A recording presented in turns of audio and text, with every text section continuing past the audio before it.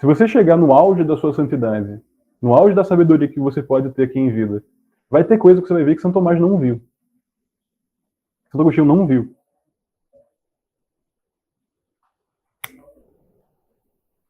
Como diz São Paulo em relação ao Espírito Santo, ele distribui os dons como quer. Tem graças que são únicas. Deus quer dar essa graça para você.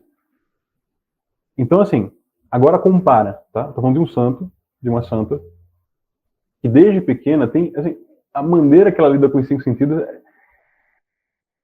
Cara, tenta reconstituir a experiência, assim.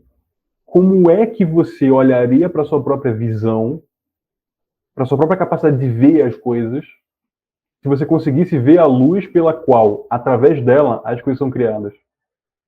Vou te dar outro exemplo da biografia de Santa Hildegarda. Quando ela tinha entre 3 e 5 anos, e aqui é interessante contar para vocês que ela é a 10ª filha de uma família muito rica, é a caçulinha, o pai se chamava Hildebert, se eu não me engano, e ela é caçula. Então, assim, se é uma família rica, tem criados. E chegou certo dia, Hildegarda lá na criada, apontando para o campo, dizendo que estava vendo um bezerrinho. Interessante que assim, ela começa a descrever o bezerro, e o bezerro ele tinha umas certas características únicas. Olha o bezerro, não sei o que e tal. E quais que eram as características? Tinha umas certas manchas na cabeça dele e nas patas. Assim, se você já viu um bezerro, você sabe que o bezerro vai ter manchas em todo o corpo. Isso é mais ou menos aleatório, mas dependendo da maneira que essas manchas vão nascer, aquele bezerro fica muito único, é muito diferente. E eu não sei exatamente como que eram as manchas, mas Hildegarda descreve, pequenininha, descreve para a criada como que eram essas manchas. Assim, assim, assado, não sei o quê. Eu sei que a mulher olha, a criada olha para o campo e não vê bezerro nenhum. Onde é que está esse bezerro, menina? E ela, ali, olha ele ali, olha ele ali. A criada chegou à conclusão, depois de tentar olhar várias vezes, que era brincadeira de criança, ou imaginação. Isso é coisa de criança. Assim, esse é o risco da gente aqui hoje. Entendeu? É olhar para um santo. Isso é coisa de santo. Não, cara, presta atenção. Deus escolheu hoje para falar com você sobre Hildegarda. Falar pra gente sobre Hildegarda.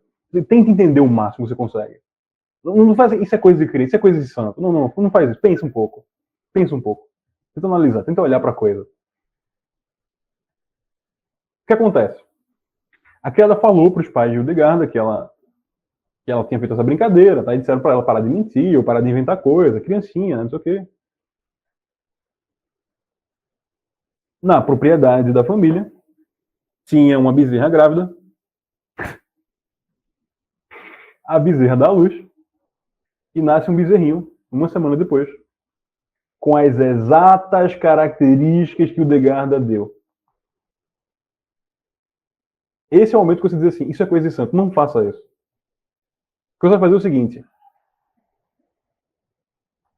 como é que ela viu uma coisa uma semana antes de nascer? Essa é a pergunta. O que isso significa?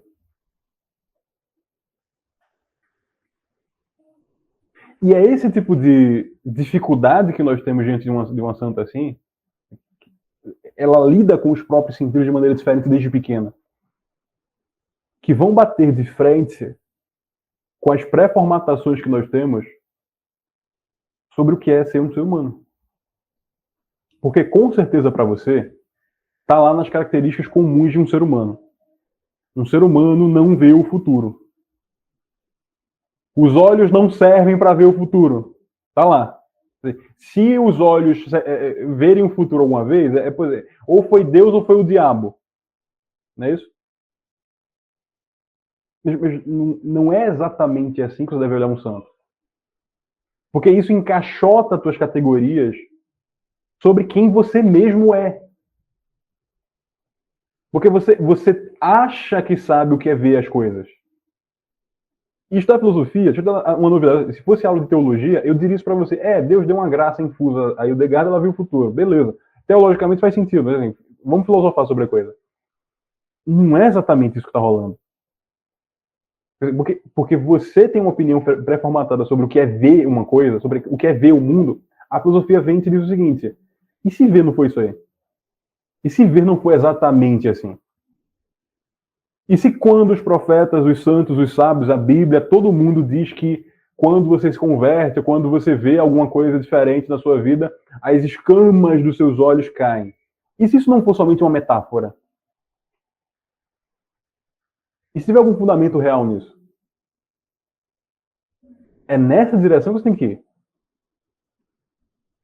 É com esse teor de perguntas que você tem que continuar.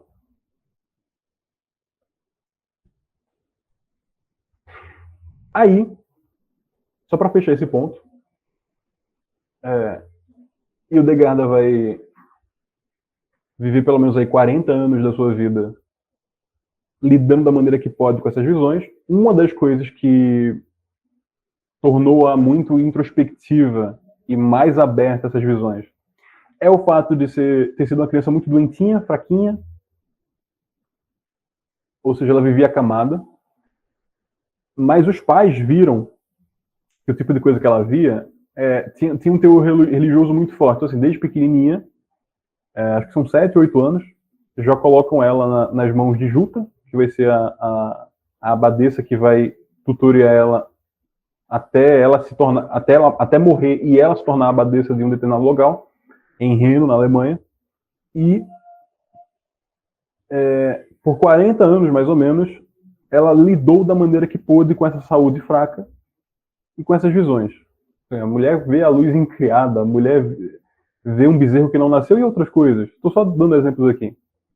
É com 43 anos que Deus vai falar para ela: olha, já faz um tempo que eu mostro coisas a você e está na hora de você escrever isso aí. Quero que você escreva e lance isso para o mundo.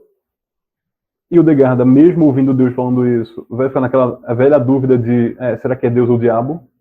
E vai recorrer ao São Bernardo Claraval, que é da mesma época. Estamos aí falando do século XII, século XIII.